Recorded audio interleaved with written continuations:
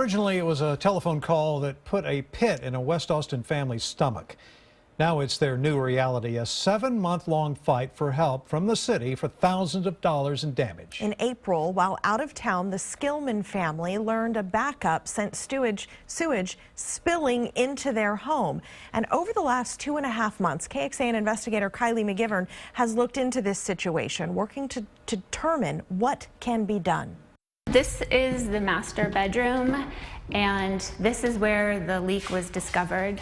A leak that led to a staggering 8,000 gallons worth of sewage gushing into Jennifer Skillman's home. It became a huge flood to the point of 7 inches in that guest bedroom. 7 inches? 7 inches of sewage.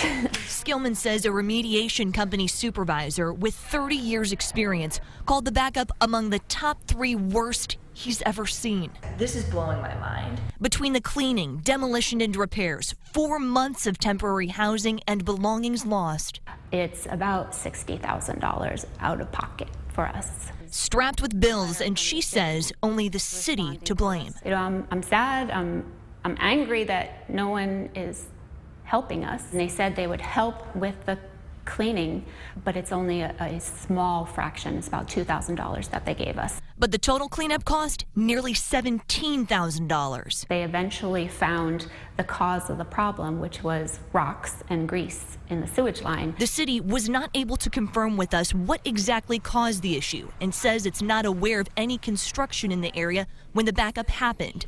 The Skillmans simply received a denial to their claim, saying the city is not liable for the damages under Texas law, leaving the family in disbelief. Well, this is the first home we've ever bought. The backup didn't just take their belongings, it soiled the promise of what this home was supposed to provide, a future. We were planning on doing this big house and having it for our main home and big renovation and making it personal to us, and so it is sad. I do kind of cry every time I come here.